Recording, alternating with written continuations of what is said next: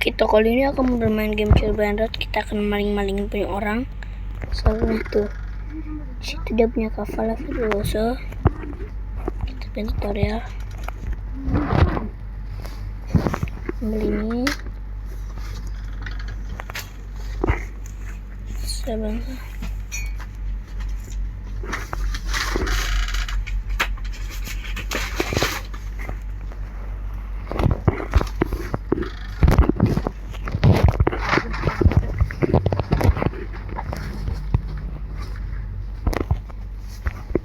Saya lagi sabar-sabar. Tuh, di seorang soalnya orang-orang punya bombardir. Mana yang harus kita main ya?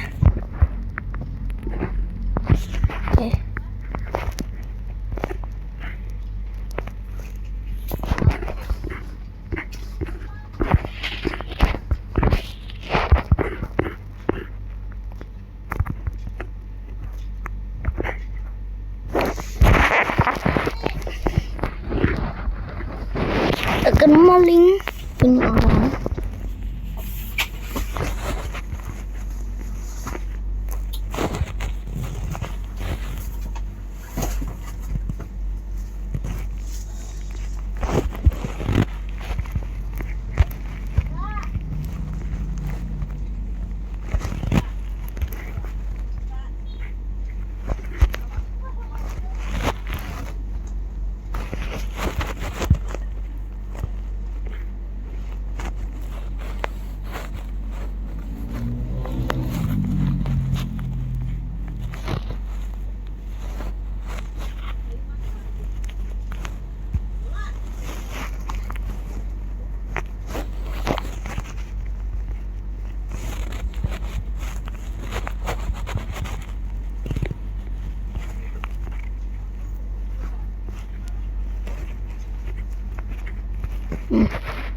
Kita tuh guys, kita lihat ada anomaly apa aja.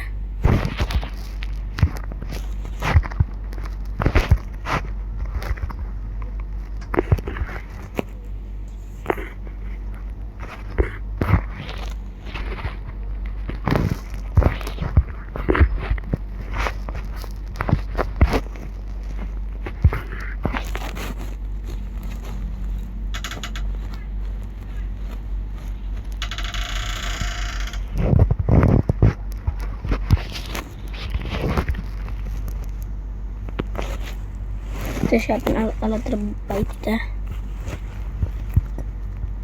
di Jepang.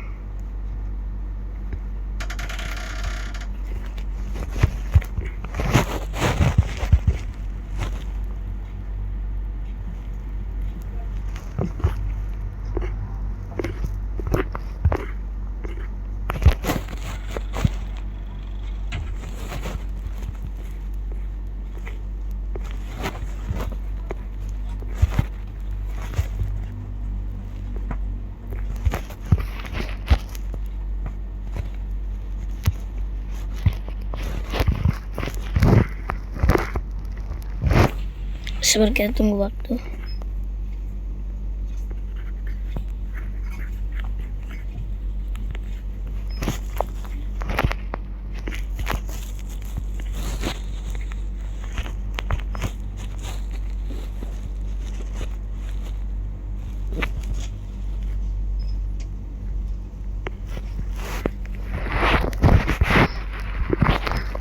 Ribet memerlukan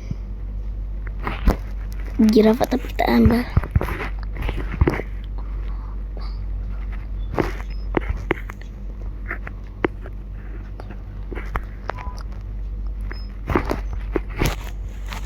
Yanto di sini.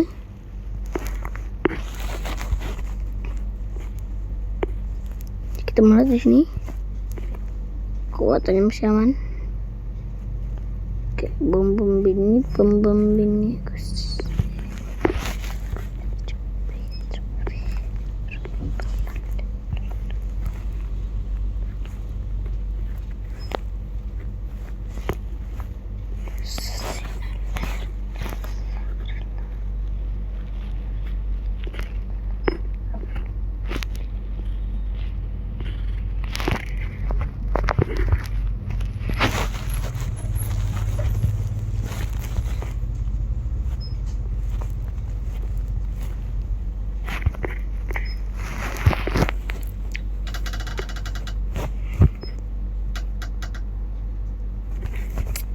Ini kita akan belajar maling. Anak kunyuk.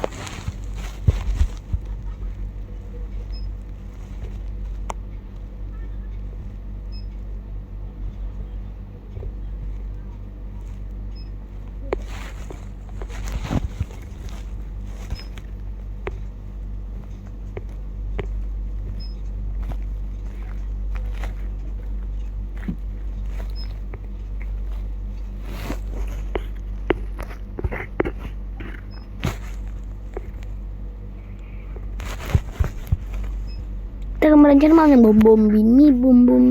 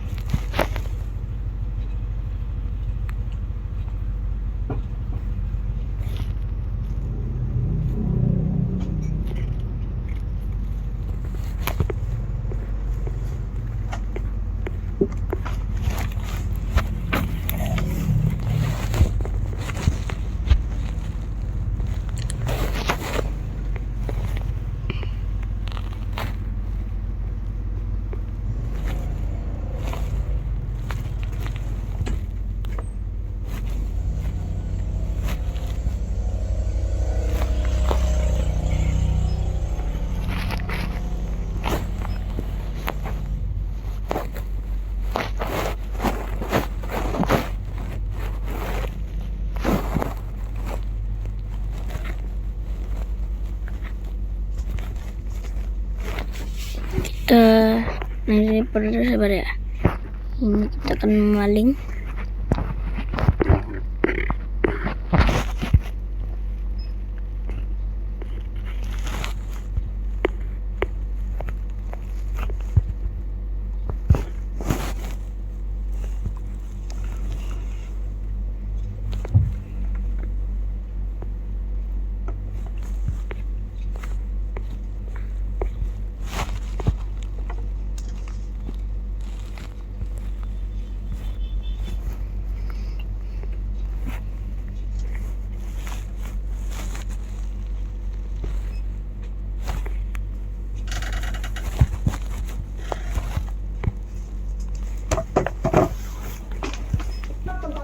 Sunyi di dunia, saking sunyinya sampai bisa dengar detak jantung kita sendiri. Ada sebuah tempat di bumi yang saking sepinya, kalian bisa dengar semua suara dari dalam tubuh kita. Ini bukan adegan film horor, dan kalau kalian masuk ke sini, kalian pasti nangis. Tempat paling sunyi di dunia ini bernama ruang anekoik yang berada di Orville Laboratories, Minneapolis, Amerika Serikat. Ruangan ini dirancang khusus untuk menyerap suara sampai 99,99%. Dinding, lantai, dan langit-langitnya dibangun dengan busa tebal yang berlapis-lapis, sehingga nggak akan ada suara dari luar yang masuk sedikit pun. Ruangan ini memegang Guinness World Record sebagai tempat paling sunyi di dunia, di mana tingkat kedinginannya mencapai minus 24,9 desibel. Padahal kamar yang sunyi di malam hari saja ada di sekitar 30 desibel. Bismillah. Saking sunyinya, kalian akan beradaptasi dan mulai mendengarkan semua suara dari dalam tubuh kita sendiri. Detak jantung, suara darah dalam tubuh, suara perut, sampai suara pergerakan dan kedipan bola mata kalian sendiri. Kalian bisa kedengeran. Tapi kayak bimbingan ekstrim ini bikin banyak orang gak tahan berada di dalam. Rata-rata orang cuma bisa bertahan di sana maksimal 45 sampai 55 menit. Karena nggak ada suara eksternal, kita bisa jadi pusing, kehilangan keseimbangan,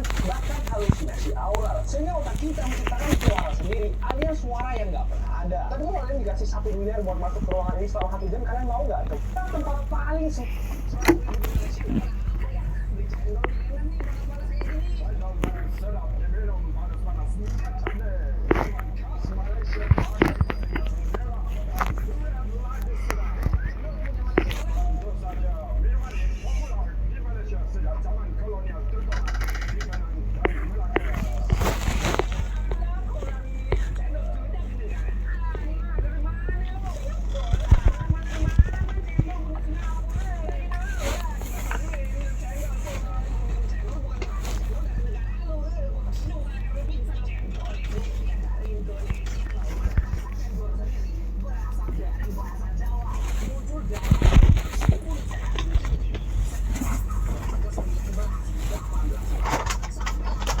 buat jaring ya.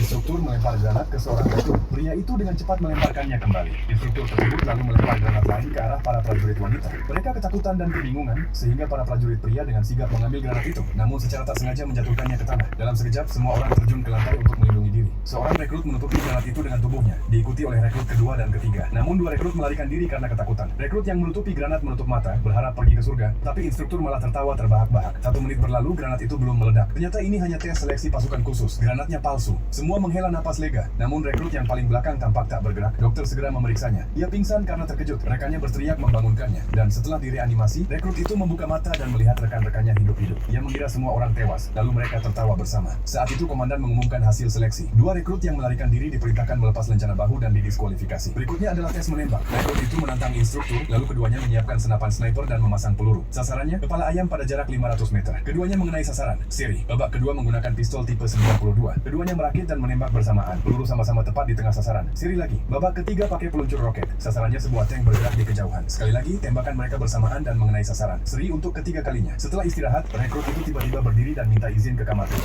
Instruktur curiga, dan benar saja, ia pergi ke sudut sepi lalu mengeluarkan ponsel untuk menelepon pacarnya. Pelanggaran aturan militer. Saat ia melihat foto pacarnya, seekor anjing militer mencuri ponselnya dan membawanya ke instruktur. Jika dilaporkan, rekrut itu akan didiskualifikasi. Namun mengejutkan, instruktur mengembalikan ponsel itu karena ia ingin mengalahkannya di medan perang. Jadi pertanyaannya, menurutmu apakah wanita ini benar-benar bisa menjadi prajurit pasukanku? Ang instruktur.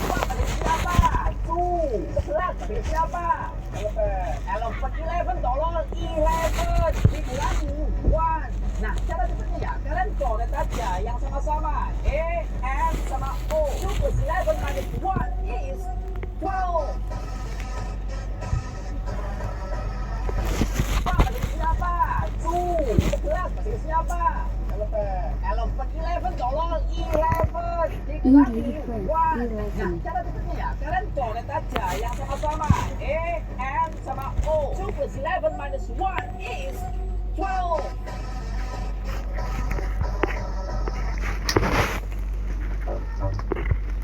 Assalamualaikum.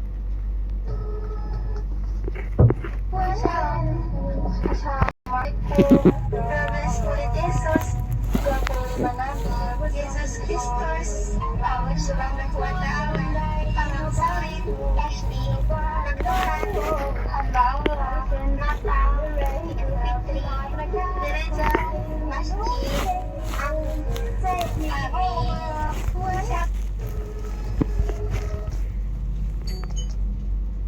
itu menerima semangkuk mie instan yang harum dan menggugah selera. Setelah menyantapnya, ia tak habis pikir masakan seenak ini benar-benar dibuat oleh robot, sulit dipercaya. Dan rasa penasarannya membuatnya ingin membongkar robot itu. Ternyata itu bukan robot sungguhan, melainkan seorang anak yang sedang bersembunyi di balik kostum. Anak itu tak berani bersuara. Dia tahu kalau identitasnya terbongkar, nyawanya bisa terancam. Untungnya suara bel itu berbunyi, dan ternyata pria itu bukan satpam sungguhan. Beberapa waktu sebelumnya, anak itu sempat terkunci di luar saat mengambil paket. Di saat itulah ia bertemu dengan pria itu. Dengan santai, pria itu mengeluarkan 2 batang mie instan, memutar Kamu coba ruangan, caranya. kunci dan pintu pun terbuka begitu saja. Anak itu hanya bisa melongo. Keesokan harinya, saat ia sedang bermain dalam kostum robotnya di rumah, tiba-tiba terdengar bunyi pintu dibuka. Masalahnya, ini belum waktunya orang tuanya pulang. Ketika melihat pria kembali datang sambil membawa mie instan, anak itu langsung tersadar dia bukan petugas keamanan kompleks, tapi pencuri. Ia panik dan bersembunyi lebih rapat di dalam kostum robot. Ia memperhitungkan jika dalam 5 detik setelah pencuri masuk ia bisa melarikan diri, maka ia mungkin bisa selamat. Tapi semua itu ternyata hanya imajinasinya, karena anak itu menginjak mainan bebek menimbulkan suara mencurigakan. Dan pria itu pun mulai memeriksa robot dari dekat. Beruntung anak itu cepat tanggap dan berpura-pura menjadi robot canggih dan berbicara dengan suara datar seperti robot sungguhan. Pencuri itu sempat kebingungan dan tidak curiga sedikit pun. Setelah berhasil mengambil geleng emas milik ibu anak itu dan beberapa ponsel milik ayahnya, pencuri itu merasa lapar. Kemudian ia memerintahkan robot itu untuk membuat